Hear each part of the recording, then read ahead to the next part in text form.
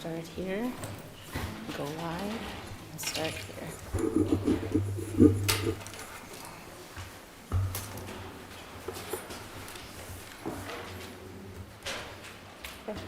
Okay. Good morning, everybody. I'd like to call the meeting to order. Welcome to the March 14th County Board meeting. Would you please join me for the Pledge of Allegiance and a moment of silence?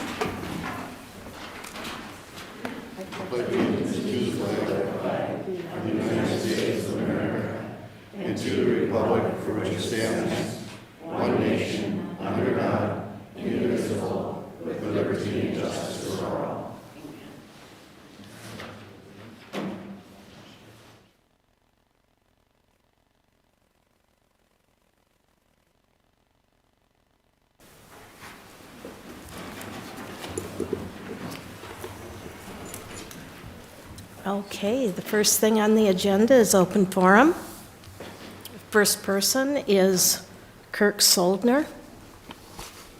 Could you please come to the microphone, state your name and address for the files? Kirk Soldner, 42702 State Highway 6, Emily, regarding the proposed beach and park at Little Emily Lake. My goal is to prevent a big mistake caused by lack of information. My February 23rd letter addresses several issues. One, neighbors and other users who understand and enjoy the area weren't notified or consulted, and many still don't know. Two, there's going to be serious environmental impacts. There's going to be destruction of a critical fish spawning area, damage to waterfowl habitat, serious shoreline impact, including deforestation and wake damage, water contamination from additional runoff and watercraft, and dramatically increased risk of AIS introduction. Three, there's going to be loss of existing use. It's an almost totally unspoiled natural area that's great for recreation as is. It's a safe, small lake to bring children and others in small watercraft, besides fishing from shore. Four, direct conflict with state and county supported conservation programs, like shoreline buffer zones, Restore My Shore, conservation easements, 2C managed forests, and several others. It'll destroy about 750 feet of natural lakeshore. Five, apparently no objective criteria for beach site selection. A beach and boat landing are totally inappropriate for this small landlocked lake of only 99 acres, 90% of which is littoral. Six, there's going to be guaranteed issues with trashing and non-compliant behavior due to lack of enforcement in a secluded area per decades of experience, local experience. Seven, there's an excess of overdeveloped and degraded lakes. We don't need another one. 9 lakes within 5 miles have trailer access, and 4 of them have invasive species. And 8, there are common sense alternatives for sustainable, low impact use. Most of these 8 points weren't even mentioned at the February 14 meetings. There's 3 big misconceptions. The lake is unused and unappreciated. Development will cause no negative environmental impacts, and there'll be minimal overhead. All of these are totally wrong. Current use is sustainable. Longtime neighbors and users understand the area and know what works. Lakeshore and forest conservation programs target areas exactly like this. County disregard for such programs will undermine acceptance by individuals. I'm advocating an alternative that works with the environment instead of against it. Such an approach is low cost, low overhead, and high value. I've provided rough concept drawings. Example, create a small unpaved parking area or 2 away from the ATV trail for safety reasons. Maybe reroute the road away from the North Shore to prevent runoff, and then use the existing lakeside road for safe parking. Designate carry-in access to Little Emily and Papoose, no paved landings or docks. Keep the lakes quiet, keep the fishery and ecosystem intact, and keep invasive species out. And eventually create an unpaved walking trail network for day use, starting small and enhancing it as needed, maybe with interpretive signage. I request 2 things. Withdraw the current proposal per recently provided facts, user feedback, and several negative impacts, And 2, allow time so I can formalize a sustainable use proposal in consultation with neighbors, other stakeholders, including land services in the city of Emily. And I welcome further discussion, including on-site, to provide firsthand perspective. Thank you. Thank you. Next person, Fred Capra.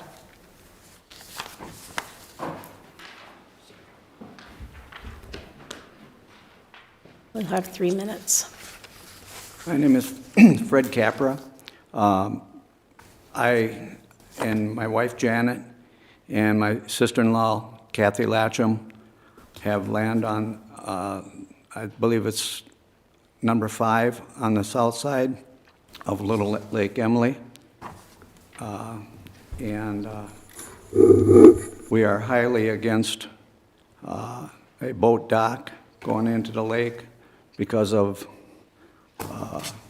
it's a pristine lake, and we're highly against more boats coming into that lake.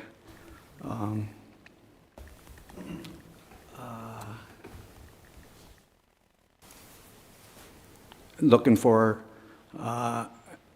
a revised proposal from the existing proposal of what the county wants to do to that lake. So I'm looking for a revised proposal to it. That's all I have. All right, thank you. Rick Felt.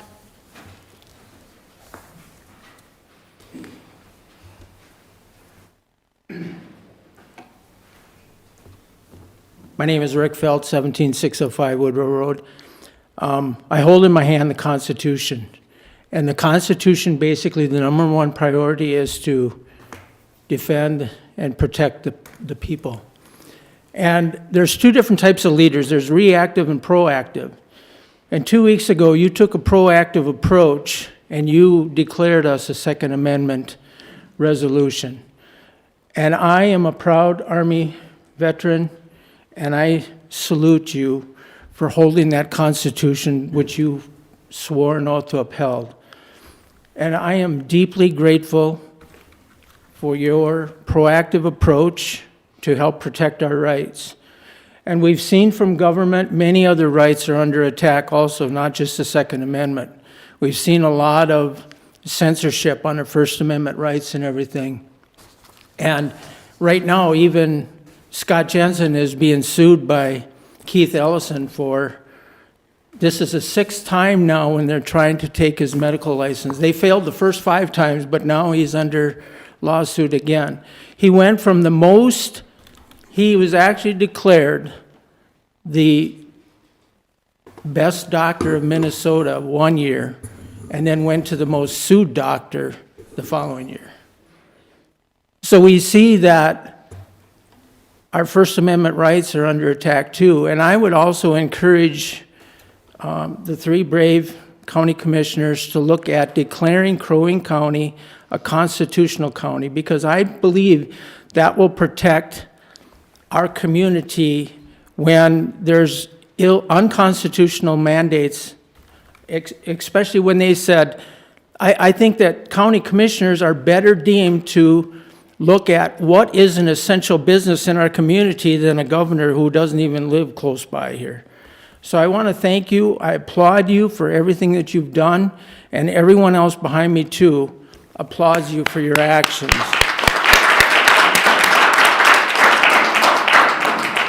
Thank you. John Hooks.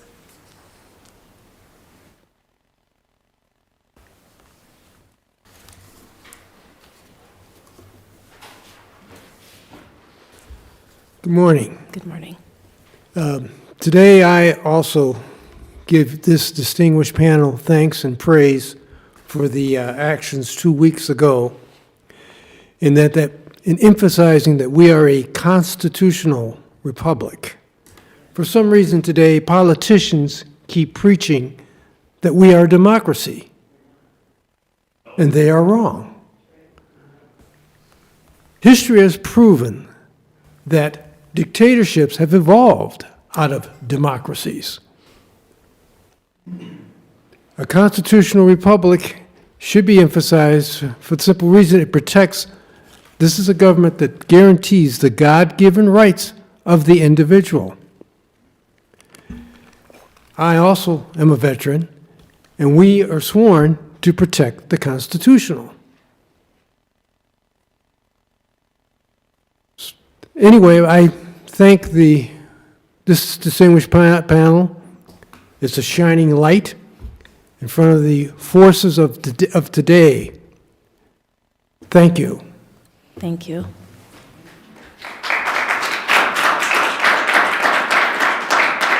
Robin Sylvester.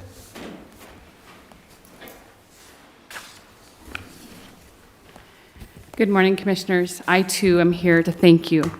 Thank you for your bold, courageous decision. Commissioner Coring, I see you on screen. Thank you as well. The Constitution was created by we the people. It's intended not to infringe on our rights, but protect our rights. Some people say we need to rewrite the Constitution. No, we need to reread the Constitution.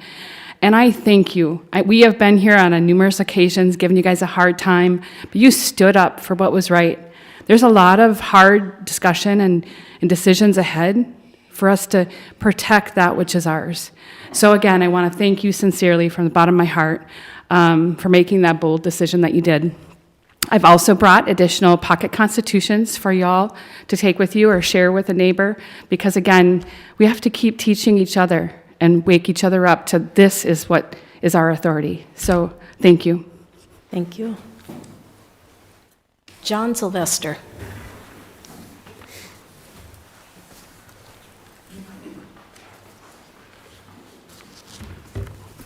Good morning. I'm John Sylvester, 12888 County Road 103, Cross Lake.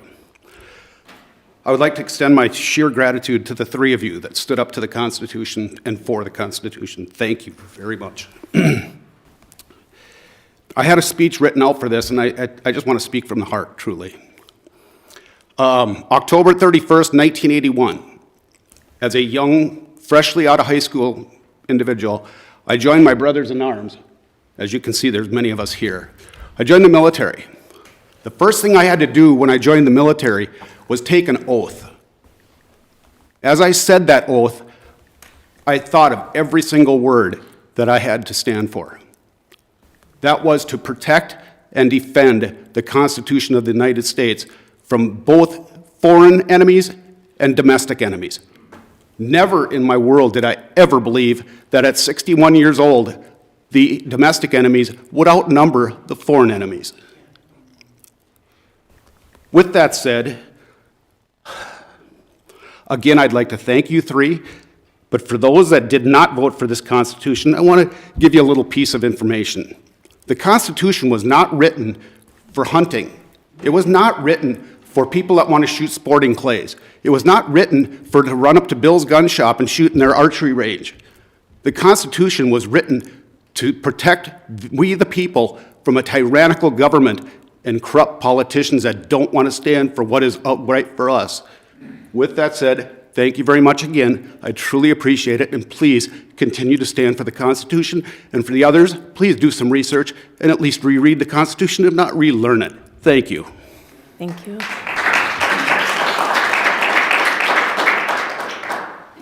Mark Olson.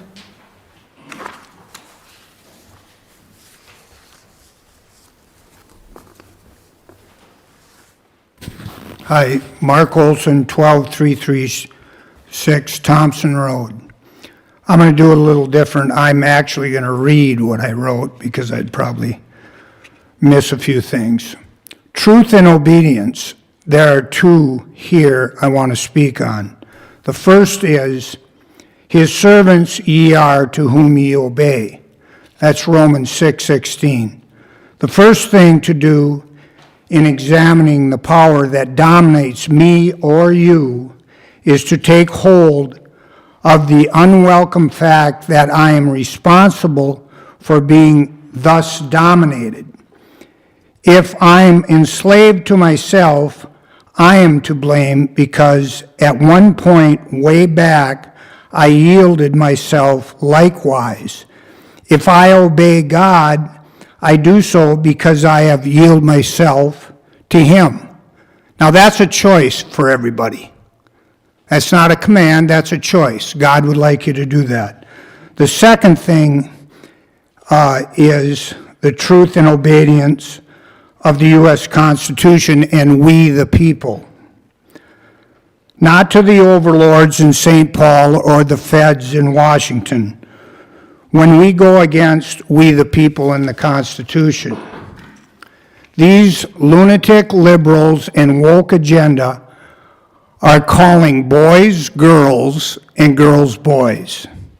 And they are passing ungodly bills, killing babies, and soon to try to pass ungodly bills, killing babies out of the womb. The next thing they're going to do is try to take our Second Amendment away from we the people. I'm here to thank the 3 county commissioners who stood strong and bold for the U.S. Constitution and we the people. Paul Coring, Mrs. Franzine, and Mr. Haug. My question is, where are the other 2 commissioners, Mr. Lupke and Mr. Barrows? I would suggest that you, as been stated, to reread the Constitution. One voted present and the other blatantly voted no for truth and obedience to we the people. I would suggest to you that 70 to 80% in Crow Wing County are for the Second Amendment. Thanks for listening, and way to go, you 3 commissioners. We're proud of you.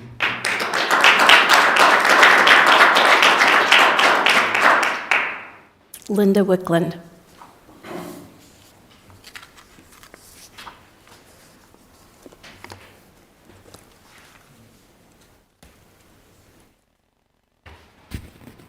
My name is Linda Wickland. I'm at 17871 Smith Road in Brainerd, Minnesota. I too also want to thank the 3 commissioners that stood up for our Constitution and for our rights, for the rights of our Second Amendment rights. I can't tell you how many people in our county are so proud of you. And I can't tell you how thankful I am to God for your bravery to stand up against and be strong, to do what is right. I'm sorry, I didn't want to break down, but I can't help it. It means so much to me and to the rest of the county and to the rest of the world. We need to be a shining light on a hill, and I praise God that we are beginning to be a shining light on the hill. And with that, I have a couple cards to give to the constituents that were brave enough to stand up. It's just a thank you, not only from all the constituents in our county, to say thank you for what you did. God bless each and every one of you for doing the right thing. Thank you. Thank you.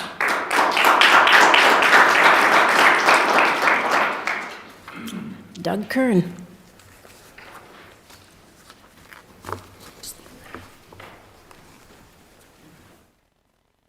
Just can't really add to what the other people have said, except for what Linda said. It's not just this county that's proud of you people that stood, you commissioners that stood. We've been working on something statewide. I've been doing that personally. And the thousands of people that are so proud of Crow Wing County for taking a stand. It's all, you're a springboard. You're an inspiration to everybody around the state. And you set an example, and we thank you for that. We just thank you, thank you, thank you.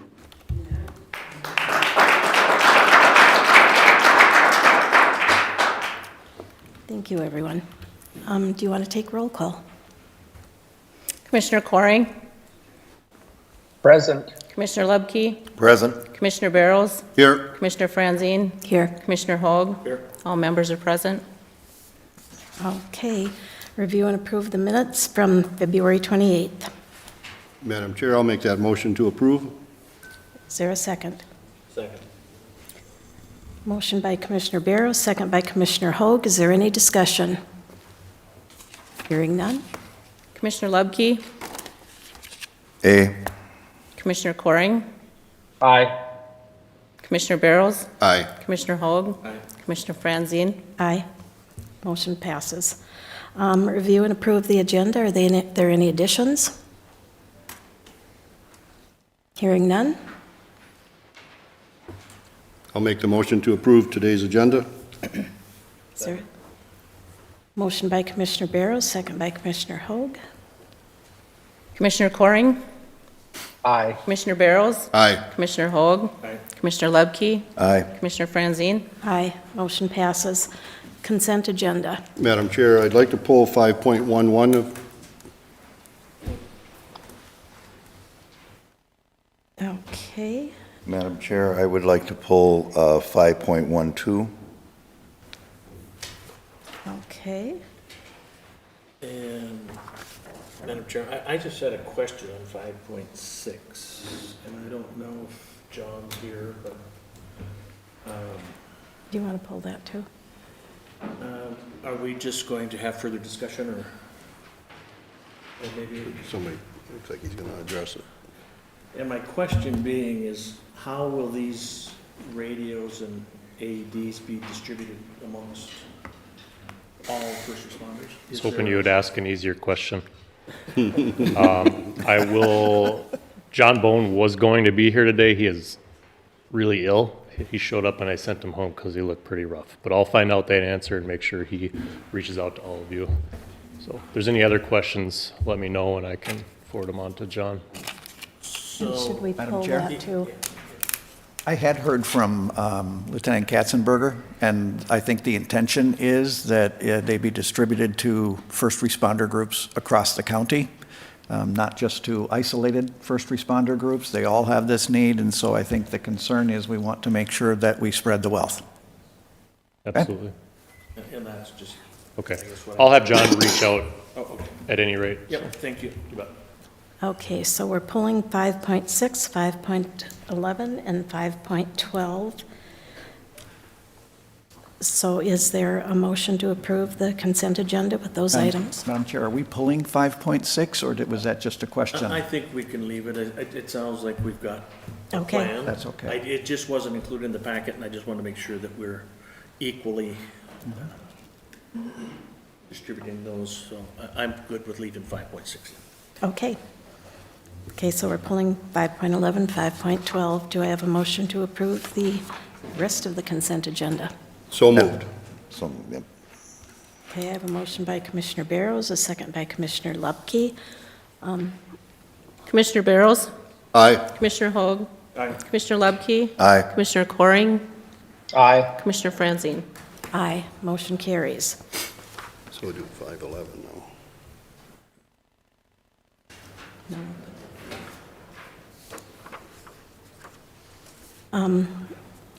Hey, ma'am, Yes?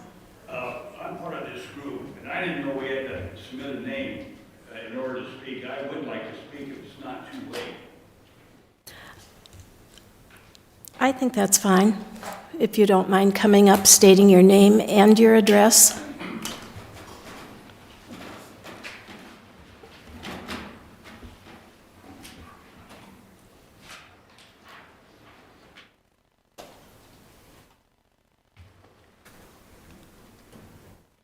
My name is John Davis, and I live in Breezy Point, 7621 Winter Trail. Anyway, I also want to congratulate the three of you who voted to make this a constitutional or a Second Amendment sanctuary. That's very important. Now, Mr. Hoag, you had changed your vote, and I'll tell you something. You made a lot of people happy in Crosby for changing your vote, because I know a lot of people over there. I was on the school board in Crosby for several years, and my 5 kids all went to school in Crosby, and believe me, you made, if I was to name them off, you would recognize some of the last names, but you made a lot of people happy. And Rosemary, I appreciate your vote, and also Paul, I really appreciate yours, so thanks a lot. And for you two that did not vote for it, I want to tell you something. The Constitution is there to protect the people. It tells the government what it can and cannot do. The right that is stated in the Second Amendment, that is a right that has existed ever since the beginning of mankind. And the Second Amendment does not give us the right. It recognizes a right that existed since the beginning of time. And what the Second Amendment does, it tells the government that it cannot interfere with the people's right to bear arms and self-protection. And also, I would like to say to you, Mr. Lubke, that last summer at the county fair, I stopped at your booth and I chatted with you for a while, and I told you that my son is Ben Davis. He represents your area over there, Doug. And anyway, I told you I had just been down at my son's booth, and so I stopped and talked to you, and I asked you if you would have, the last time this issue came up about the Second Amendment sanctuary, if you would have voted for it. And you told me no, because you said that you had your hunting guns, your rifles and so forth, and they would never take those. Well, so a couple of weeks before the election, I had a letter all composed to put in the paper to tell the people of Crow Wing County what your position apparently was on that. And before it would be submitted, Mr. Erickson, the editor of the Dispatch, said that he would have to contact you to make sure that that actually took place. So he contacted you, and you said you don't even remember talking to me, and that if that conversation would have taken place, that you would have voted to make it a Second Amendment sanctuary. Well, now, where was your vote this time? You went back on your word. Now, either you fibbed to Mr. Erickson, or else you just don't remember. You've got a faulty memory. But in any event, just remember this, that the Second Amendment was written in there not because the deer were coming.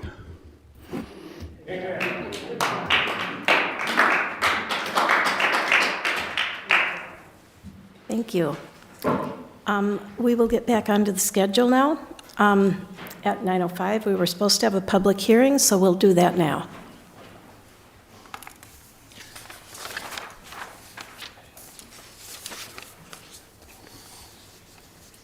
Thanks, Nick. Madam Chair, Commissioners, the purpose of the public hearing is to add an additional fee to our fee schedule for 2023. This is for an on-sale liquor license for Dirt Track Motor Speedway. Minnesota statute limits the establishments that can sell intoxicating liquor to specific types. This includes restaurants, fraternal clubs, hotels, resorts, and others that serve food. Other establishments that don't meet these requirements are required to sell 3.2 beer or malt liquor under a license themselves. With the addition of the Sunday sales for liquor, the availability of 3.2 has become very limited. This drove a change in 2022 to Minnesota Statute 340A.404. It was amended to allow municipalities to issue on-sale intoxicating liquor to an auto racing facility. We currently have one dirt track in Crow Wing County that operates that was previously under a 3.2 liquor license. They have expressed that they are finding it very challenging to find the 3.2 and may have interest in selling intoxicating liquor. On our current schedule, we have a fee of $2,000 for an on-sale liquor license. This is for 1 full year from July 1st through June 30th, and they have to renew this each individual year. The request that we are proposing is to add an additional on-sale specific to dirt track motor speedways. This would be half of the rate, the reason being that these facilities only operate during the summer months, as well as have limited days that they are open. So the proposal is to add one more fee to the schedule for $1,000 for on-sale liquor license for Dirt Track Motor Speedway. Madam Chair. Yes, Paul? Madam Chair, I would move to open the public hearing on the revision of the fee schedule. Do we have a second? Second. Okay, we have a motion by Commissioner Coring, second by Commissioner Barrows. All those in favor? Commissioner Hoag? Aye. Commissioner Lubke? Aye. Commissioner Coring? Aye. Commissioner Barrows. Aye. Commissioner Franzine. Aye. Okay, is there anyone who would like to speak? Is there anyone who would like to speak? Is there anyone who would like to speak? Madam Chair? We have someone. Oh, we do, okay.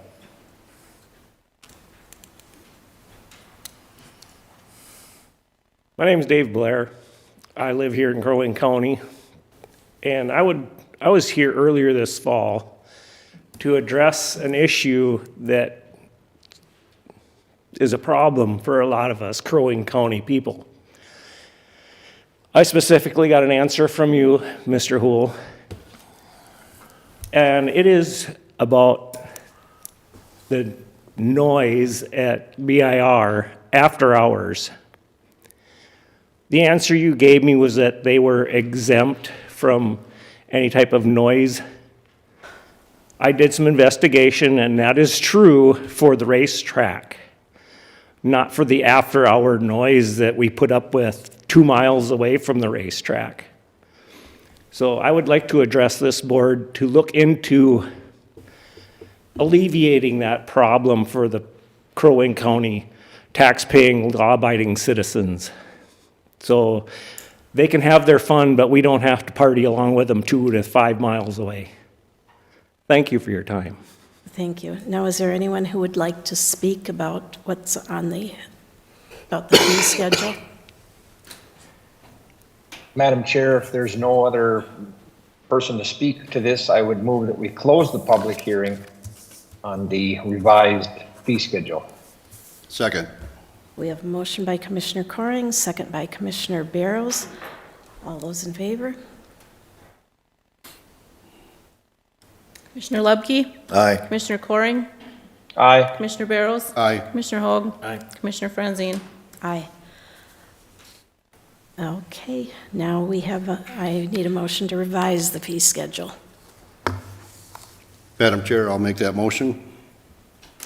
We have a second. Second. Motion by Commissioner Barrows, second by Commissioner Hoag.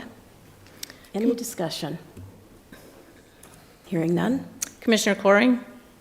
Aye. Commissioner Barrows. Aye. Commissioner Hoag. Aye. Commissioner Lubke. Aye. Commissioner Franzine. Aye. Motion passes. Land Services. Do we want to go back and take? No, I want to do that under additional business. Okay. Yeah, this one. Good morning. Good morning. Good morning. First item on the agenda that we have this morning is to review a land use map amendment request that was submitted. The request is to rezone a piece of property that is currently zoned rural residential 2.5 to commercial 1. It involves approximately 10.23 acres. I think that's the, there we go. And so what the request was, and so what we have, this is Fawn Lake Road here, and then this is the city of Cross Lake. And what you've got is commercial zoning 1 here now, and the request is to take this parcel here that's currently RR 2.5 and then rezone that to commercial 1 zoning. Commercial 1 zoning, excuse me, commercial 1 zoning is the district that we have in the ordinance that is intended to be adjacent to municipalities.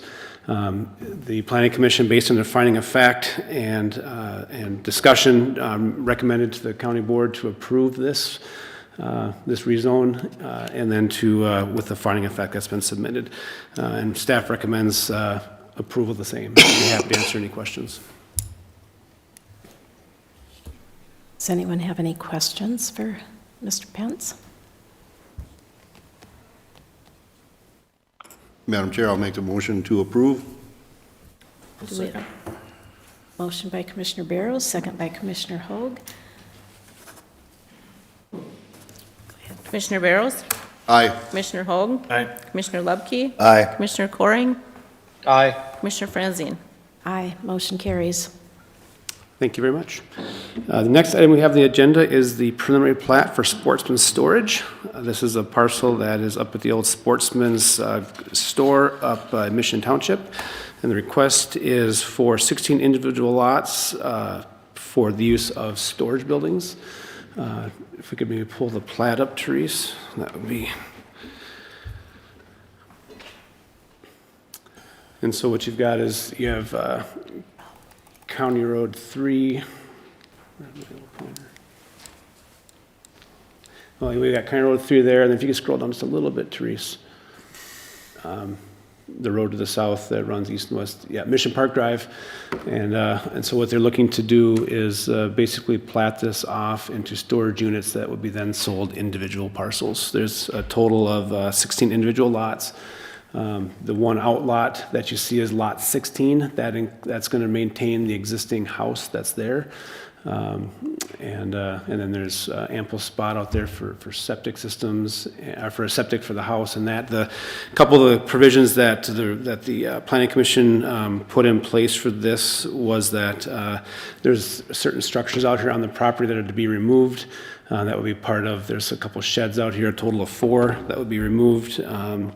And then there would be, to make sure that we have adjacent screening to all the residential properties, and adjacent screening is going to be achieved through either existing plantings and our existing vegetation on the site, or screening with more plantings, or fencing as needed to be in compliance with the ordinance.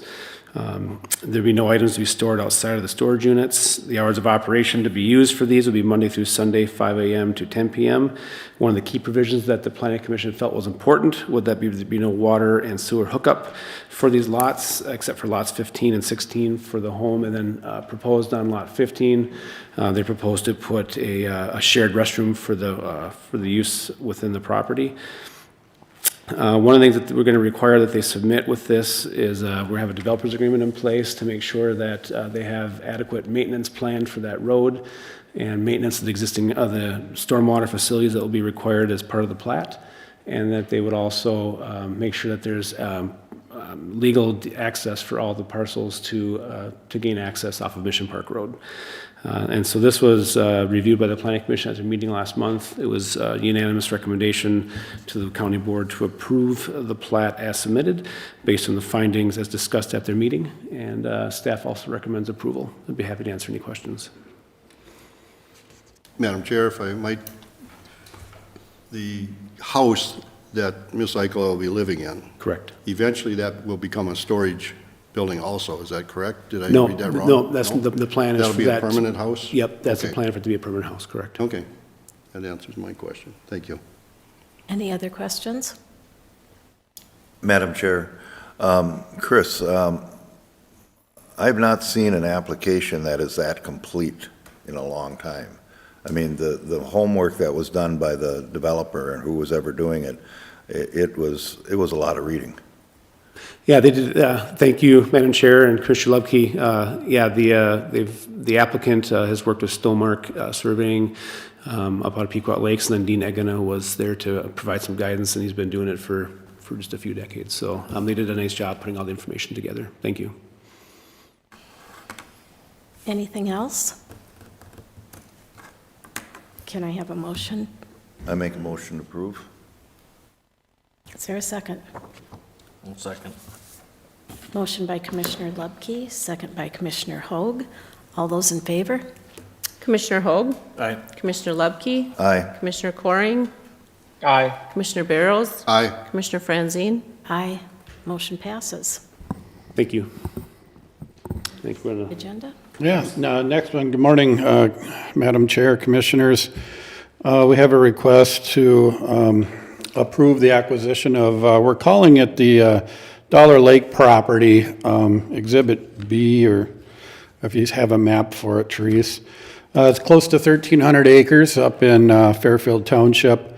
And what this would achieve is we have a land asset management policy here, Crow Wing County, which kind of gives direction to staff to look for large, doesn't have to be large, but if we can get them large land acquisitions that fit well with already existing tax forfeited land or Crow Wing County land, and to further divest ourselves of the fragmented 10s, 20s, city lots like that, and try to keep our portfolios around 105,000 acres. So this would, right now we're about 103,400 acres. This would put us north of 104, pushing back up to about 105. What you'll see on the map there, all the little white lines are existing Forest Road or ATV traffic. So those are the miles of trail that we can currently continue to use, or if there ever was a application for a larger, maybe a grant and aid trail, we could do a reroute. Still is a no net gain, but there is a lot of opportunity there. I'll take any questions if you have it. I would be remiss if I didn't point out that this is a good relationship between TPL, Trust for Public Land, and Mississippi Headwaters too is here. Tim's here if you have any questions for Tim on their partnership and helping secure some of this property and in conservation. Any questions? Madam Chair. Gary, does that allow us to manage that with forests and stuff like that? Are we able to harvest and do those things once that land becomes the county's? Sure.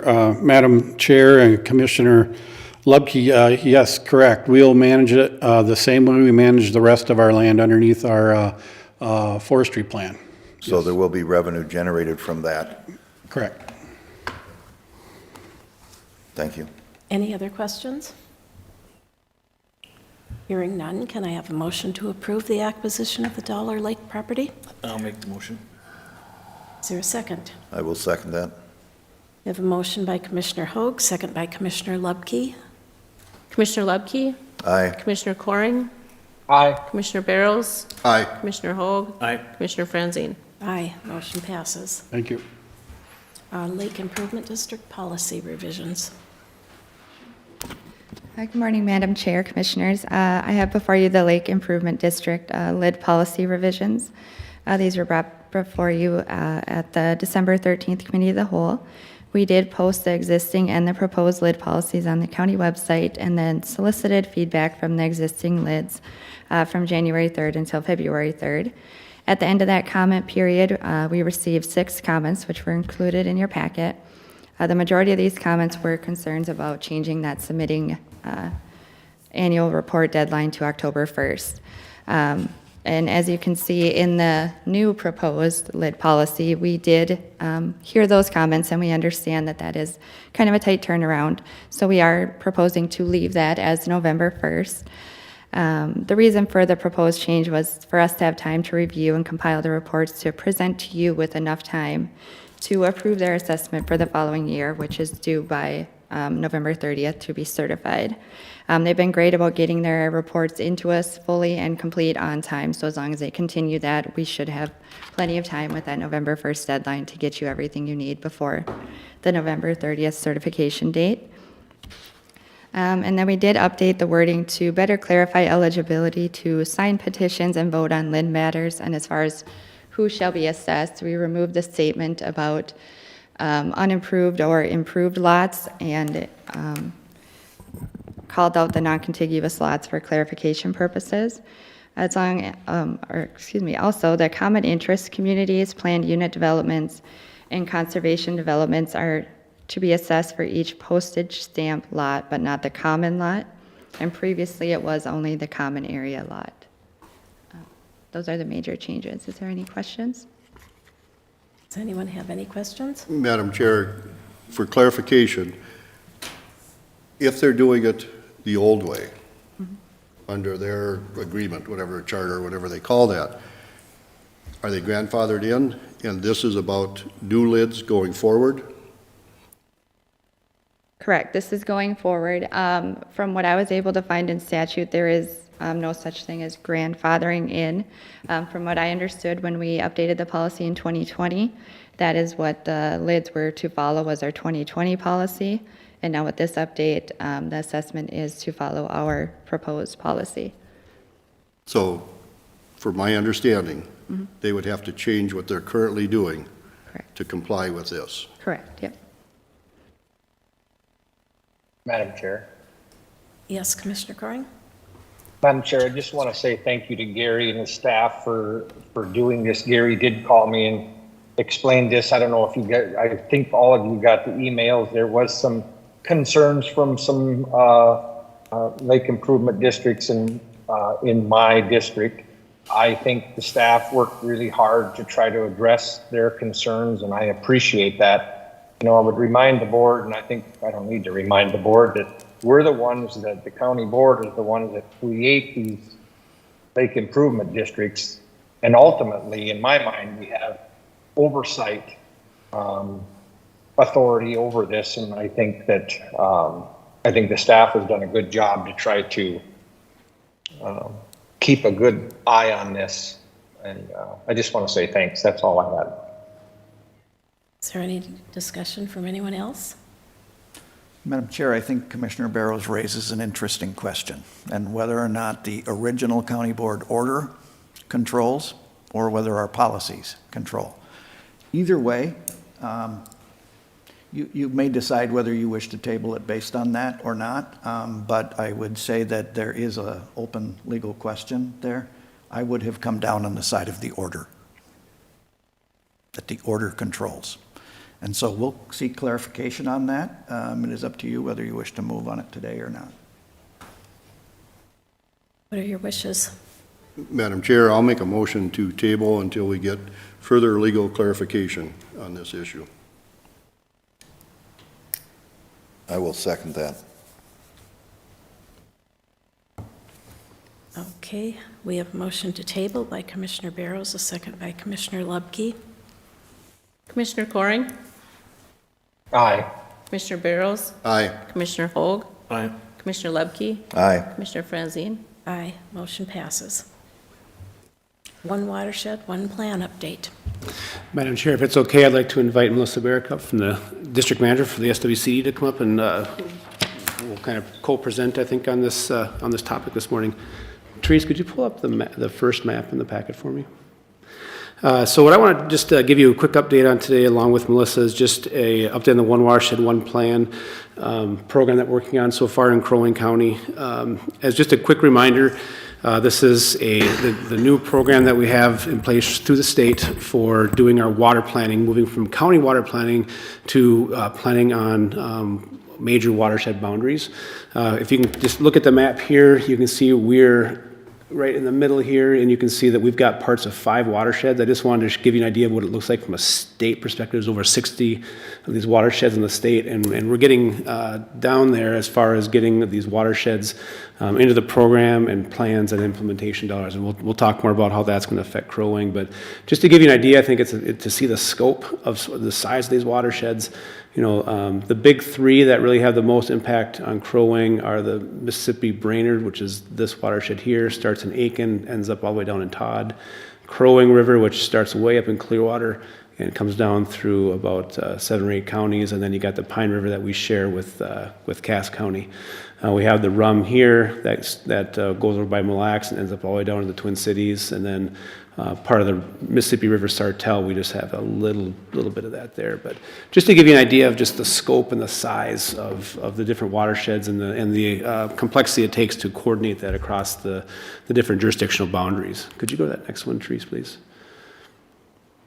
So this just gives you more of a zoomed in idea of where we're talking about. So like the Crow Wing River watershed over on the west side picks up some of our key lakes as far as North Long and Round, Hubert, part of Gull into this area. And then you've got the Pine River watershed, which picks up our main lakes up there are Pelican, Whitefish Chain, and Cross Lake, and then Mississippi Brainerd, which kind of picks up that central and south central part of the county, along with the Rum in here, and then Mississippi River Sartell down there.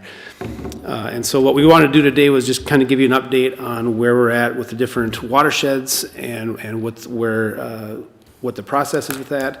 And at the end of our quick little talk here, we were just looking for board action. We need to reaffirm policy committee member appointments to the Mississippi Brainerd watershed and to the Rum River watershed, and then set appointments also for commissioner appointments to the Pine River watershed and the Crow Wing River watershed, so that we have representation at the policy committee on those. So just a quick update. The Pine River Watershed was approved by the Board of Water and Soil Resources on September 25th of 2019. The plan has so far received, has implemented Phase 1 funds, which in the amount of about $482,000. And then right now, Phase 2 has been received for that same amount. And it's been Commissioner Lubke has been willing to serve on that policy committee. When that plan was developed, Commissioner Lubke was also the mayor representation on that technical advisory committee, so he's very familiar with the plan and I think will be a great fit. The River Watershed, that was approved by Bowser also back in 2019. Well, actually, I think I got the wrong date for that. That was in 2022. And right now, they're in the process of going through receiving funds for that. We don't see ourselves having a lot of involvement in that because most of the prioritized areas are more towards the south part of that watershed compared to what we have in Crow Wing. And then Commissioner Coring has been serving as a policy committee member for that watershed. And then right now we're in the process of going through the planning process for the Mississippi River Brainerd watershed, and thank you to Commissioner Barrows for being the policy member on that. He also is the chair of the policy committee of that policy committee, so he helps to steer that committee and helping us move in the direction of getting towards plan approval. So the nice part about the Mississippi Brainerd is that we should have a draft plan. We're thinking sometime this spring.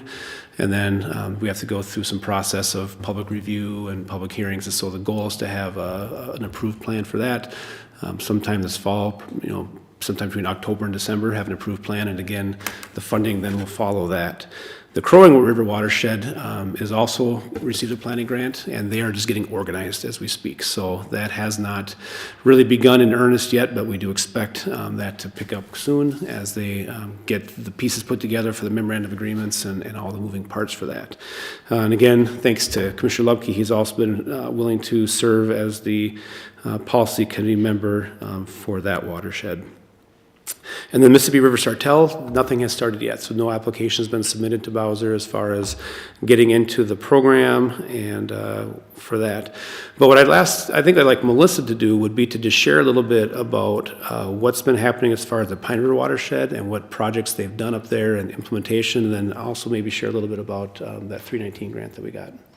Yeah, did you include, if you can flip to the Pine River Watershed handout. Yep, that one, okay.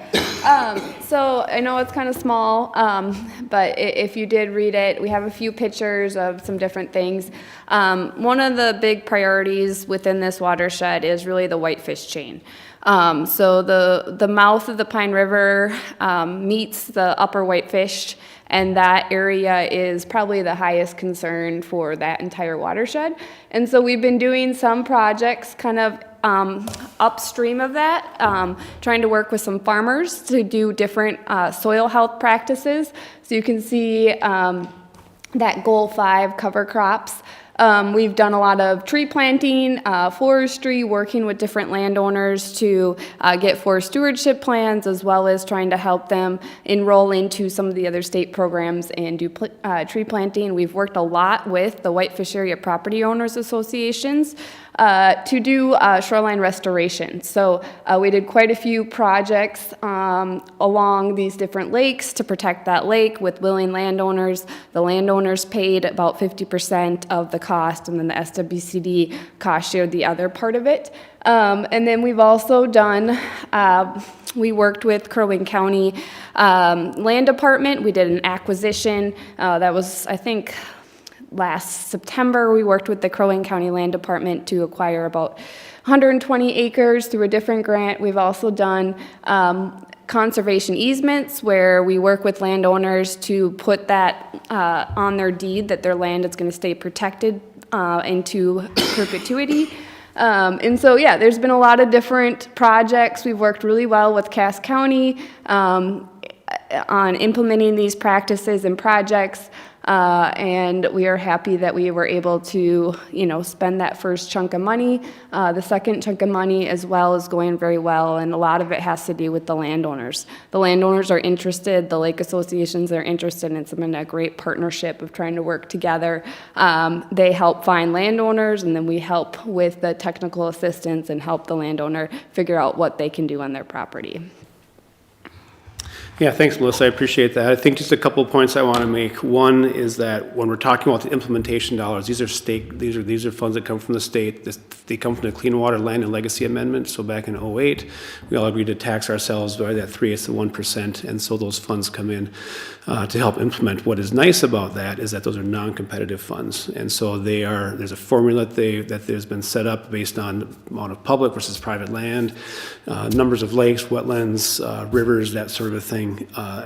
Really puts together that number. And so when Melissa talks about having implementation funds, we're going to have 5 rounds of this money. So in essence, for easy numbers, we're going to be getting $500,000 every 2 years to do work up in the Pine. You're looking at $2.5 million over 10 years.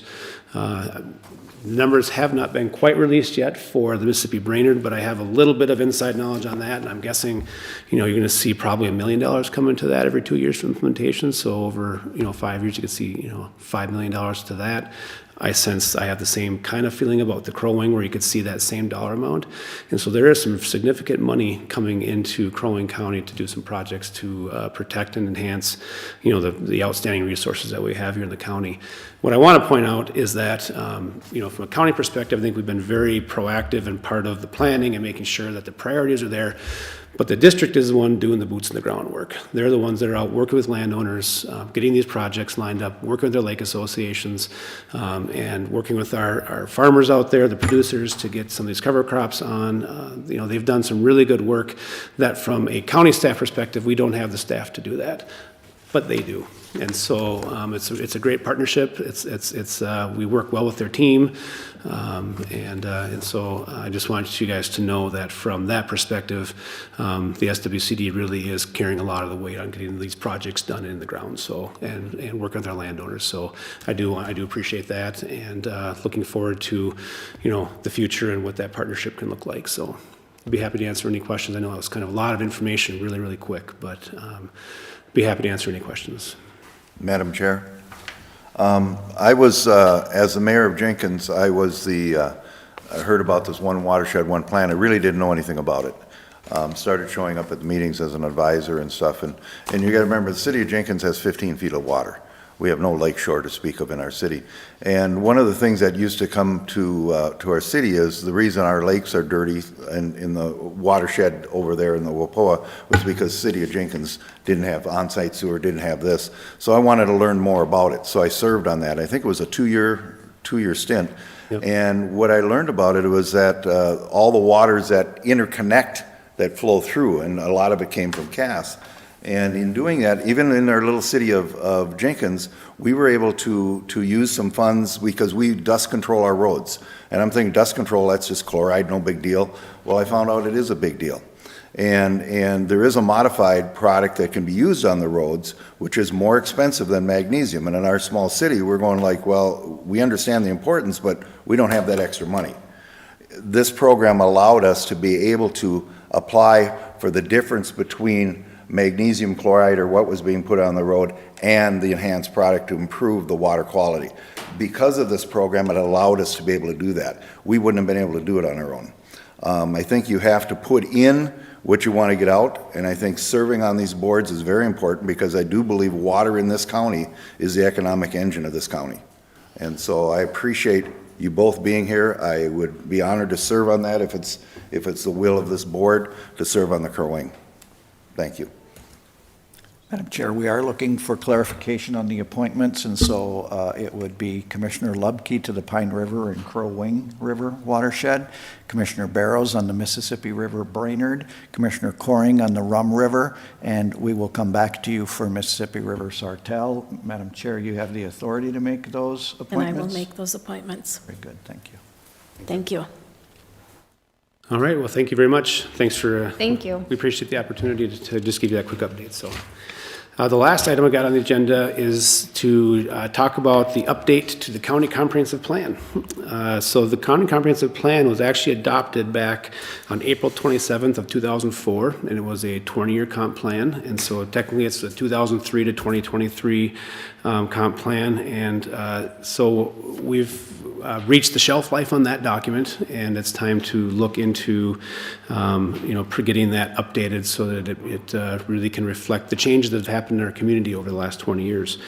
A county comprehensive plan is a long-range planning document that expresses the county's overarching vision, goals, objectives, policies, and strategies for the future growth, development, and preservation of the county. Topics generally covered in a county comprehensive plan include demographics, economic development, land use, housing, transportation, public land management, parks, natural resources, and the county services. And it's important to remember, too, that Minnesota statutes 394.23 require counties to adopt comprehensive plans, and that's upon which we base our local controls for ordinances that we have in place. We need to have a comp plan for that purpose. And so what I propose would be, what you have before you today is a resolution that would authorize staff to begin the process of beginning that comprehensive plan process and allow staff to put out an RFP so that we can begin to look at requests for proposals from consultants that will help walk us through this process. I see it being about an 18 to 24 month process. Basically, the first 3 to 6 months would really be getting stakeholder feedback, reaching out to our cities, townships, key stakeholders, lake associations, our business groups, all those folks to really get some feedback as to what do they think is important and what do we, what are some of the priorities that Crow Wing County has. I think plan development is probably a good, strong year. I think I would be looking to the board to establish like an advisory committee of some appointees that you think would be good fit to that, to really work together with the consultant and staff to meet regularly to update that plan, and then with many touch points with the board to give you updates on kind of where we're at. And then the final, 3 to 6 months would just be public comment and review and refinement, and again, another outreach campaign to get feedback to make sure that the document that's drafted is really what is reflective of what the community wants and where we want to see Crow Wing County go. I think there's many ways to look at doing these plans. Personally, I think the current version, while when it was drafted in 2003, I think 20 years might be a little long to have a comp plan without having much, of review. And so I would look at this plan being somewhere along the lines of, possibly a 5 to 10 year document. But I think it's also important that, there be times that we circle back and take review and look at the document to make sure that, have things changed and even in a short amount of time, things can be different. So, one of the tasks that I've been assigned since coming back to the county is to really manage this process. I'm looking forward to it. I'm excited to really, I think, really get into the comp planning process and getting to work with our local stakeholders and the community to figure, where are we at today, and then where do we as a community want to go, over the next, 5 to 10 years. And so we do have like I said, there's a resolution in your packet to authorize the update to the comprehensive plan and to solicit bids so that we can look at consultants to assist in plan development. I'd be happy to answer any questions. Any questions from anyone? Well then, can I have a motion to approve the resolution in the packet? Madam Chair, I have one question. Okay.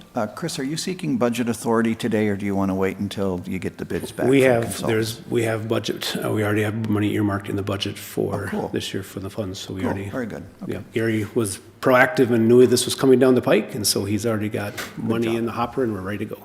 Madam Chair, with that money already set aside, I want to quickly make that motion to approve before that money disappears. Is there a second? Second. Motion by Commissioner Barrows, second by Commissioner Hoag. Is there any more discussion? Hearing none? Commissioner Barrows? Aye. Commissioner Hoag? Aye. Commissioner Lubke? Aye. Commissioner Coring? Aye. Commissioner Franzine? Aye. Motion carries. I think I'm done.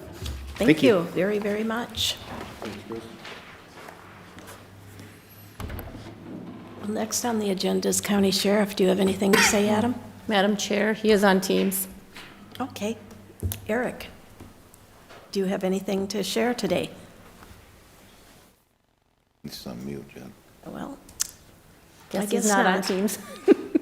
County Attorney, doesn't look like they're... Stephanie is here. Stephanie, do you have anything to share? I guess not. County Administrator, we're to you. Madam Chair, I'm here. We did not hold a senior management team meeting yesterday for lack of agenda items. I do have a request for board action in your packet related to the Senior Scenic Second Edition to the city of Baxter. We own property on, in the little inset on the lower left-hand side of the plat map. You can see where we're talking about, adjacent to Whipple Beach. This is the property that we sold to the city of Baxter on a contract for deed. They own the property immediately south, which is the Cedar Scenic Second Edition to Baxter. So essentially, they own both of the parts of property. But the one of them is on a contract for deed with us. They want to redo Cedar Scenic Road north, and they need a little bit more right-of-way from the lots that they currently have, and they would like to take some from that large Whipple Beach property that we sold to them.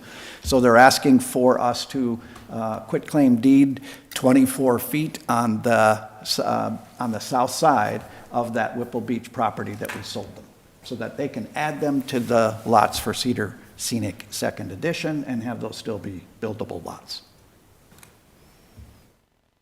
Any questions? If not, can I have a motion? Madam Chair, I'll make the motion. Do we have a second? Second. Motion by Commissioner Barrows, second by Commissioner Hoag. Okay, all those in favor? Commissioner Hoag? Aye. Commissioner Lebke? Aye. Commissioner Coring? Aye. Commissioner Barrows? Aye. Commissioner Franzine? Aye, motion carries. Next is citizen committee appointments. I would like to make a correction on NRAC. It's Jeff Berg. And I will make those appointments as stated in the packet.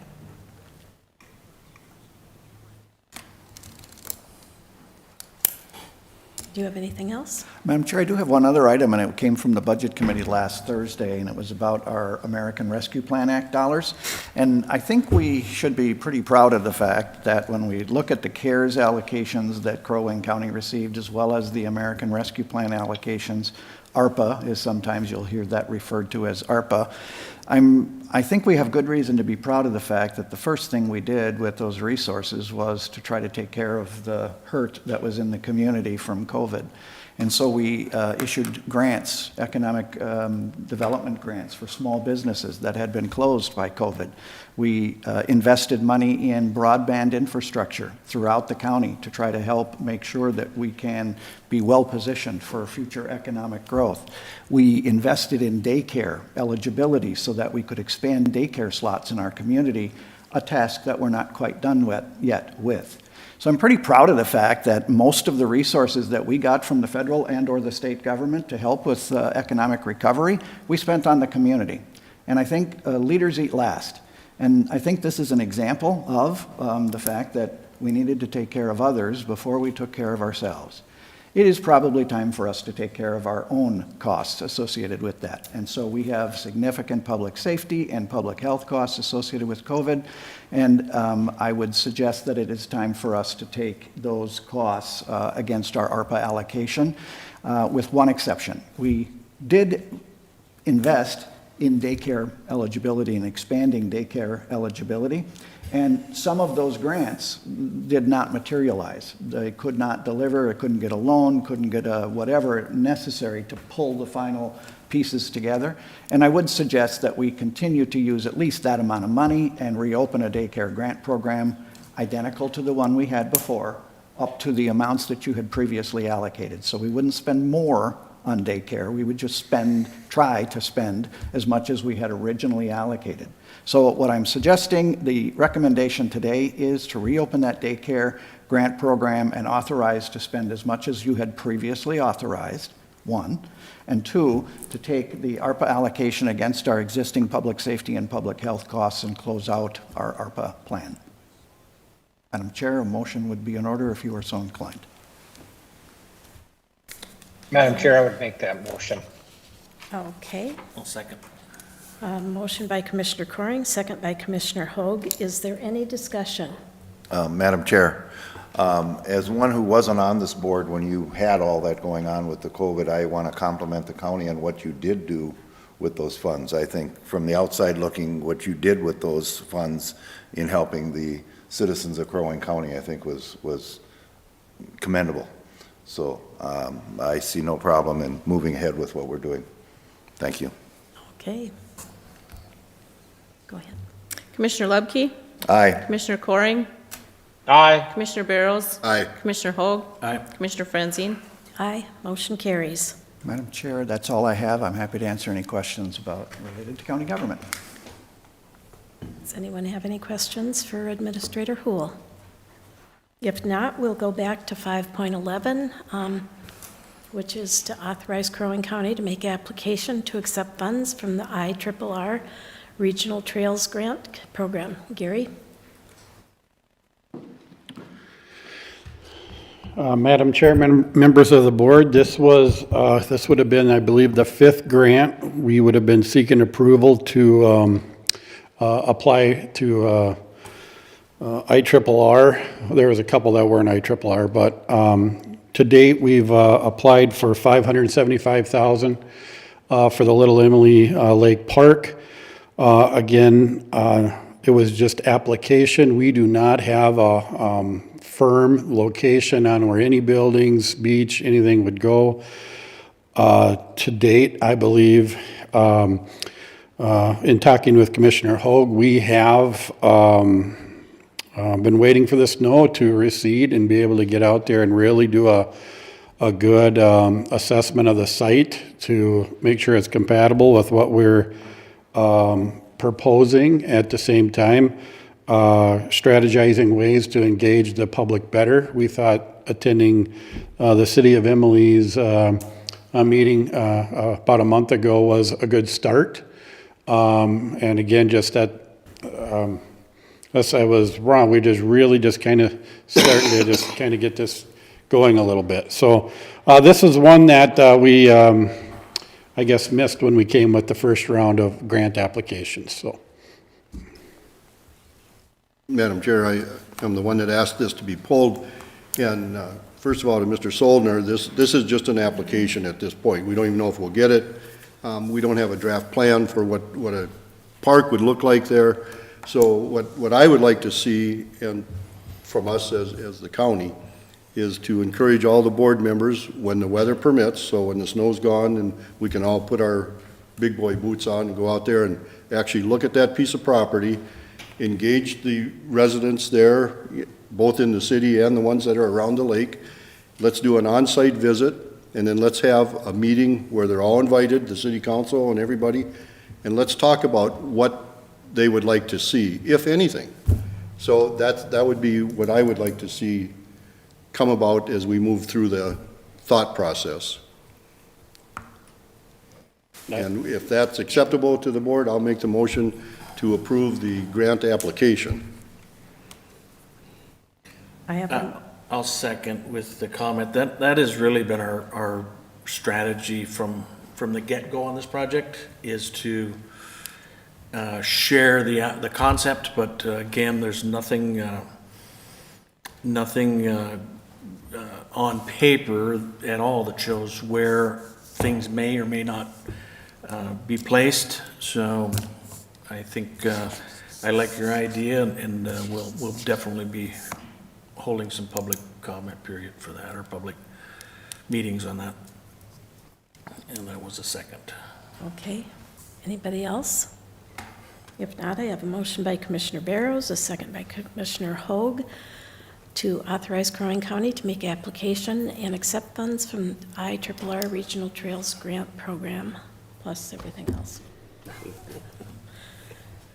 Commissioner Coring, Aye. Commissioner Barrows, Aye. Commissioner Hoag, Aye. Commissioner Lubke, Aye. Commissioner Franzine.